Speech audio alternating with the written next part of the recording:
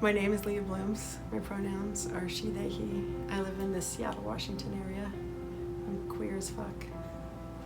Well done, baby.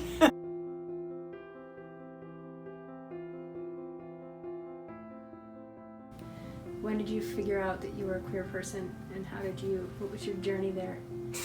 I did not know that queer was a thing until I was in my 40s. And my husband at the time, I kept insisting that I was a straight person, even though I was dating women, because our relationship was open. And he's like, but you're not. Have you considered that you're queer? And it was kind of shocking, and I think that goes back to my fundamental Christian upbringing. I can't be that. Therefore, I am not that. I don't know what I am. What is that? Queer. So I can be a lesbian, but I know I'm not that because I'm married to a man who I really love, and I'm dating women, and I like people who are in all kinds of genders. So I'm not a lesbian, so I must be straight. Like, there's only two options. So I think I was 44 or 45 when I went to a conference, and the person who was leading the group used the word gender fluid. It was like a revelatory experience, and I felt it in my chest, and I started crying, like sitting in the circle,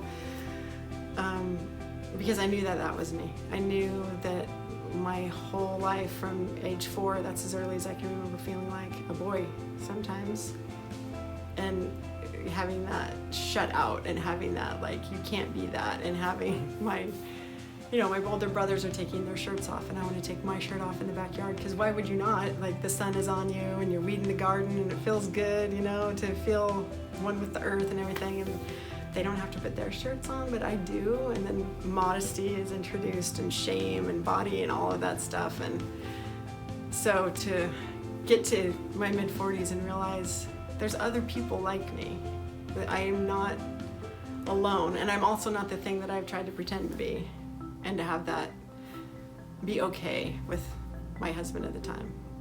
That was a pretty great experience.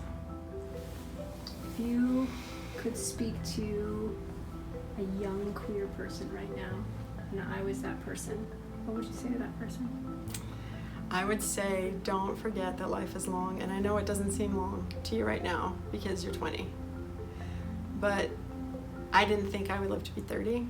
I didn't think I would live to be 40. I sure didn't think I'd be 50. Like, that never occurred to me that I would make my 30th birthday.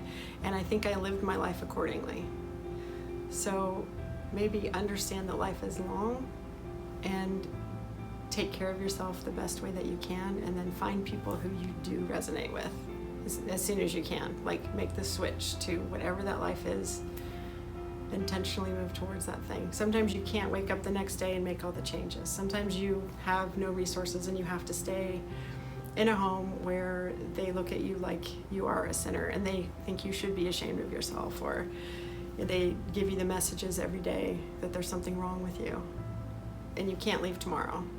But there's planning and hope for the future if you hang in there. Make the changes a little bit at a time, plan, find your people, reach out, and get the fuck out of there.